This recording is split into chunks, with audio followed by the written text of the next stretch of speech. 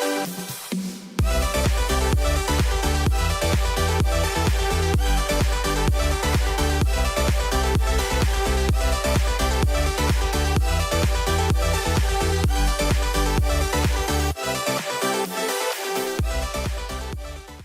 Morning and let's celebrate. दोस्तों, मैं अनुराग अग्रवाल हूं और पिछले करीब 18 सालों से बिजनेस स्ट्रैटेजीज और पब्लिक स्पीकिंग की मैं ट्रेनिंग दे रहा हूं। हमारे दिल्ली और एनसीआर में करीब 10 सेंटर्स है और आप इन कोर्सेज को ज्वाइन करने के लिए ऊपर लिखे हुए फोन नंबर्स पर आप कॉल कर सकते हैं। और आज का टॉपिक आपके दिमाग की बत्तियां खोल देगा, मुझे पूरा विश्वास है, बहुत विश्वास है। आज की वर्कशॉप को मैंने संजोया है डेल कार्नेगी की बुक से, रॉबर्ट ग्रीन की 48 लॉज ऑफ पावर से, विकिपीडिया से, बहुत सारी केस स्टडी से और अपने सालों के एक्सपीरियंस से। और हाँ, अगर आपने अभी तक मेरा चैनल सब्सक्राइब नहीं किया है तो आप अभी कर लीजिए और साथ में बेल आइकन को जरूर क्लिक कर लेना। चलिए अब आप शुरू करते हैं। हम लोग आप कभी किसी की मृत्यु सभा पे गए हैं? अगर गए हैं तो वहां पर आपने श्रद्धांजलि यानी कि यूलोजी भी सुनी होगी, जो कि हमेशा तारीफों से भरी होती है, राइट? इतनी तारीफें जितनी शायद उस बेचारे इंसान को जिंदा रहकर सारी उम्र ना मिली हो। सही है या नहीं है? इतनी तारीफें कि शायद अगर वो इंसान मरने के बाद भी अगर सुन रहा हो तो पक्का है कि वो खुशी खुशी नर्क में जाने को तैयार हो जाएगा। खैर, कहना मैं ये चाहता हूं कि क्या एक इंसान को मरने की जरूरत पड़ती है इतनी तारीफ सुनने के लिए? क्या ये पॉसिबल है कि लोग हमारे जिंदा होते हुए हमारे इतने बड़े फैन बने, हमारे तरीके हो? ऐसा पॉसिबल है? आइए आपको मैं ह्यूमन साइकोलॉजी के एक सत्य से रूबरू करवाता हूं। आप कभी किसी पॉलिटिकल रैली में गए हैं? कभी देखा है नेताओं को?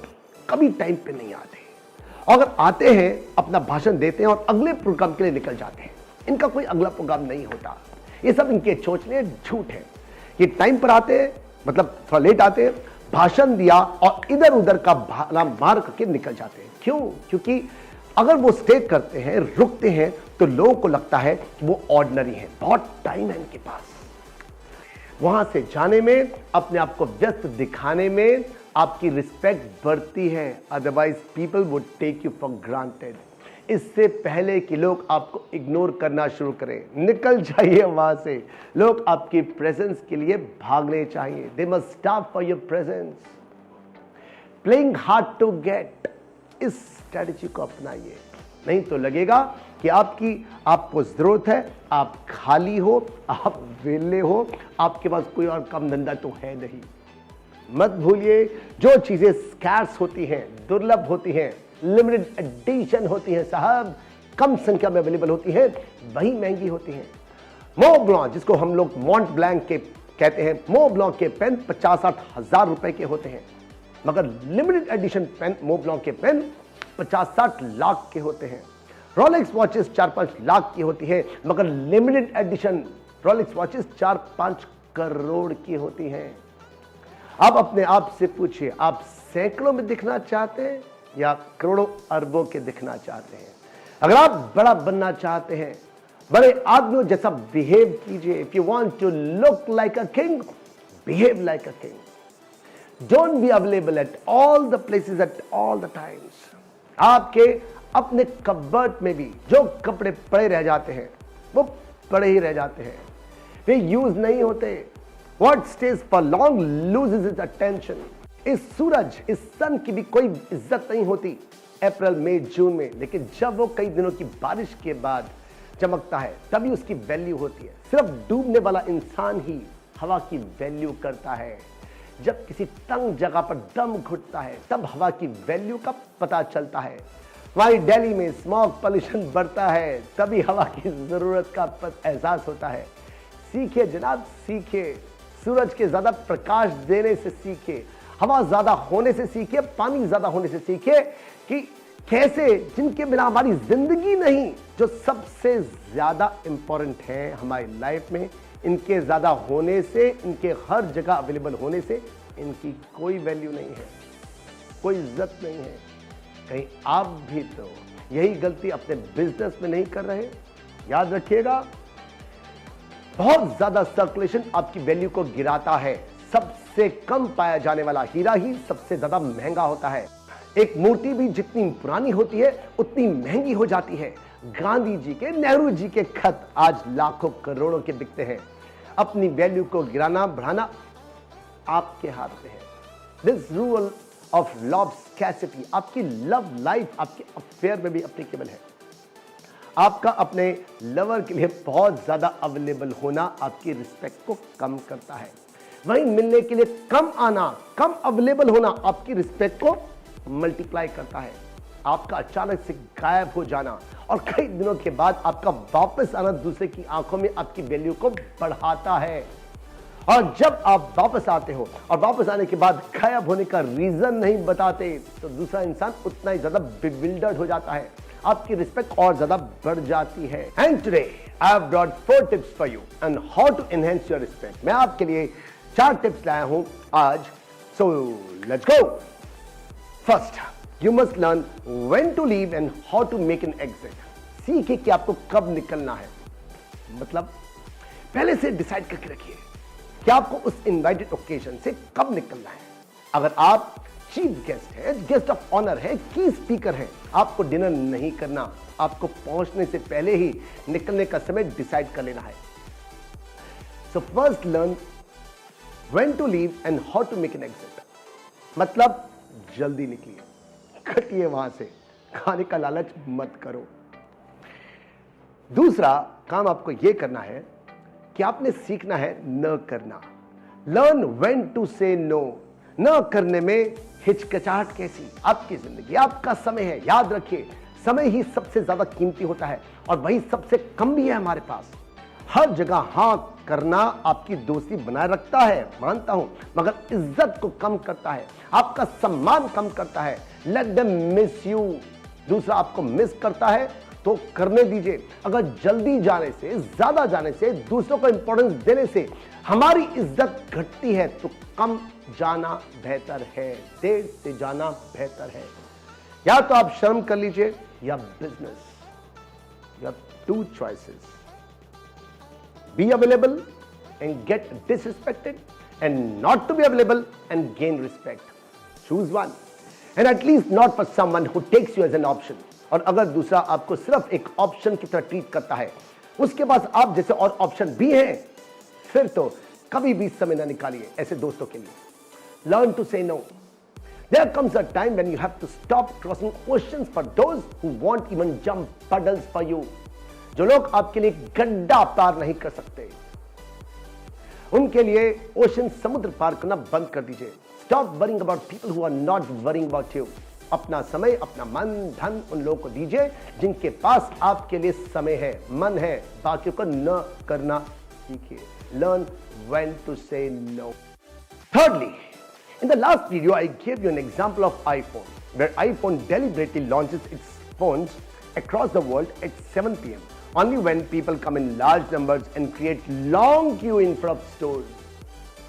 Apple's iWorld gives approximately 200-250 phones in the evening, whereas people gather in thousands. When large number of people return empty-handed, and that creates the phone dearer. That increases the value and respect for an iPhone. It's all about demand and supply. भाई आपका product हर जगह पर available है, discounts पर available है, ग्राहकों को आपके प्रोडक्ट में कोई विशेषता नजर नहीं आएगी, नहीं आती। आपके प्रोडक्ट्स जैसे बहुत सारे और भी प्रोडक्ट अवेलेबल हैं मार्केट में, तो इसका मतलब है आप ऑर्डिनरी हैं, आपको आपके प्रोडक्ट की कोई खास प्रेजेंस नहीं है, आपको इसी प्रकार स्ट्रगल करते ही रहना पड़ेगा।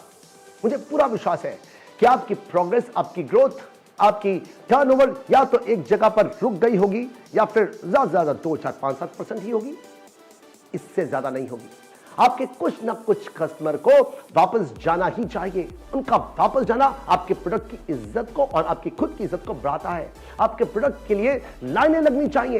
बेहतर जानकारी के लिए आप एक काम करना, मेरी आईफोन लॉन्च एक चतुराई है, इस वीडियो को जरूर देखना। अपने कुछ कस्टमर को वापस जाने दीजिए। वापस जाता कस्टमर आपको रिस्पेक्ट देता है। So third suggestion is learn when to send your customers back.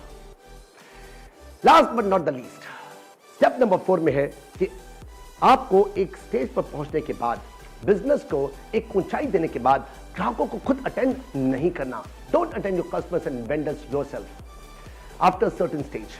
किसी भी हालत में नहीं करना आपने। एक तो वही बात कि आप रिस्पेक्ट खोएंगे, ऑर्डिनरी दिखेंगे, और दूसरा आपका ग्राहक आपसे डिस्काउंट को उम्मीद रखेगा, एक्सपेक्ट करेगा। इसका नतीजा आपका ग्राहक सिर्फ आपके आने पर ही आएगा, आपके आने से लेगा, आपके आने पर लेगा और डिस्काउंट भी लेके जाएगा, जिसके फलस्वरूप आपको सारा दिन अपनी शॉप पर, अपने ऑफिस में बैठना पड़ेगा, क्योंकि ग्राहक तो आपके बिना लेगा नहीं, आपके स्टाफ से। उसने तो आपको आने से पहले फोन करके पूछा भी होगा आप हैं या नहीं है। तो इसका मतलब अब आपको बैठना भी पड़ेगा, डिस्काउंट भी देना पड़ेगा, अपनी रिस्पेक्ट भी कम करानी पड़ेगी, और आप अपने इस बिजनेस के हो गए बंधुआ मजदूर। जी हां, अब आपको सारा दिन बैठना ही बैठना है। आप तो और धंधा आपके पास कुछ है नहीं, धंधा वंधा कुछ है नहीं, आप हुए अपने बिजनेस के बंधुआ मजदूर। आपको बैठना है। छोड़िए साहब, छोड़िए, निकलिए वहां से, निकलिए अपने शॉप से, अपने ऑफिस से, अपने ग्राहकों को, अपने एम्प्लॉइज को अटेंड करने दीजिए। मुझे तब बड़ा मजा आता है जब मेरे स्टूडेंट्स मुझे कहते हैं कि एम्प्लॉइज तो बहुत है मगर काम मुझे ही करना पड़ता है। एम्प्लॉइज काम करते ही नहीं। एम्प्लॉइज काम कर सकते हैं मगर आप उनको काम करने देते नहीं। After certain level you must let them work. छोड़ दीजिए उन पर काम। जिस बिजनेस में ओनर खुद अटेंड करता है कस्टमर्स को, ओनर्स की, मालिक की इज्जत नहीं होती। अपनी जीते जागते इज्जत बढ़ाना चाहते हैं तो सीखिए आपको कब कस्टमर अटेंड करना है और कब नहीं। So first step is learn when to attend your customer and when not to attend your customers. लेकिन दो तीन डिस्क्लेमर्स हैं इस रूल के। वो देखा है आपने न्यूज़पेपर में, जब भी किसी कमर्शियल में, किसी एडवर्टाइजमेंट में प्राइस लिखा होता है या एक बड़ा सा डिस्काउंट लिखा होता है तो उसके ऊपर एक छोटा सा एक एस्टेरिस्क बना होता है और जिसका मतलब होता है कंडीशन अप्लाई। और बिल्कुल वैसे ही मेरे इस थॉट, इस आइडिया के साथ में भी एक एस्टेरिस्क लगा हुआ है, कंडीशन अप्लाई। तो पहला डिस्क्लेमर, पहला कंडीशन अप्लाई है कि अगर आपका बिजनेस अभी शुरुआती दौर पर है, you are at the early stage of your business, तो एब्सेंस मत ट्राई करना, सुसाइडल होगा आपके व आपके बिजनेस के लिए। अभी आपने शुरू किया है, अभी आप बहुत सूक्ष्म हैं, छोटे हैं, अभी आपको मेहनत करके अपने ब्रांड को ऊपर लेके आना है। अभी एब्सेंस नहीं बल्कि आपको उल्टा बहुत ज्यादा महीनों तक ओवर टाइम भी करना है। अपने बिजनेस को, अपने ग्राहकों को खुद अटेंड करना है। शुरुआती दौर में आपके आने से, चेहरा दिखाने से ही आपका माल, आपकी सर्विसेज दिखेंगी। ये बिल्कुल वैसे ही है जैसे हवा मोमबत्ती को बुझा देती है परंतु एक बड़ी आग को हवा फैला देती है। आप छोटे हैं तो एब्सेंस शो करने से लोग आपको बिल्कुल ही भूल जाएंगे।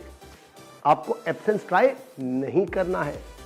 ये उन्हीं लोगों के लिए है जो एक मुकाम, एक ऊंचाई हासिल कर चुके हैं।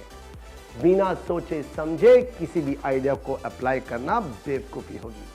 जिनका बिजनेस अभी शुरुआती स्टेज पर है वे इस आइडिया को अप्लाई नहीं करेंगे। दूसरा डिस्क्लेमर यह है कि आपको अपनी प्रेजेंस वर्चुअल प्लेटफॉर्म्स पर, सोशल मीडिया पर जैसे YouTube, Facebook, Twitter, Instagram, LinkedIn पर बढ़ानी है।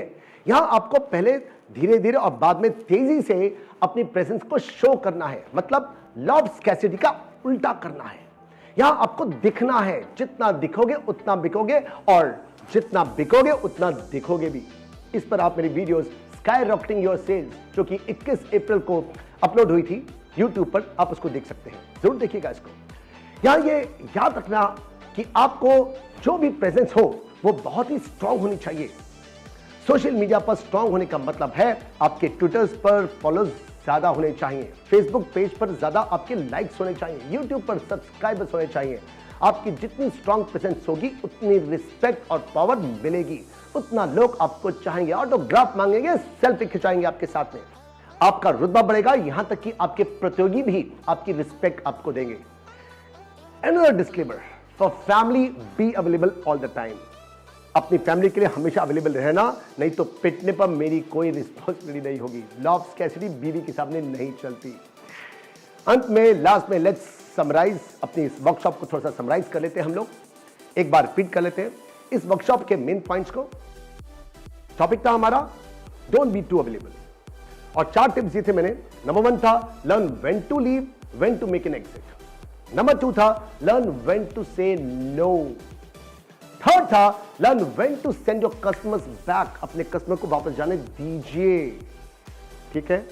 एंड नंबर 4 था learn when to attend and when not to attend your customers yourself.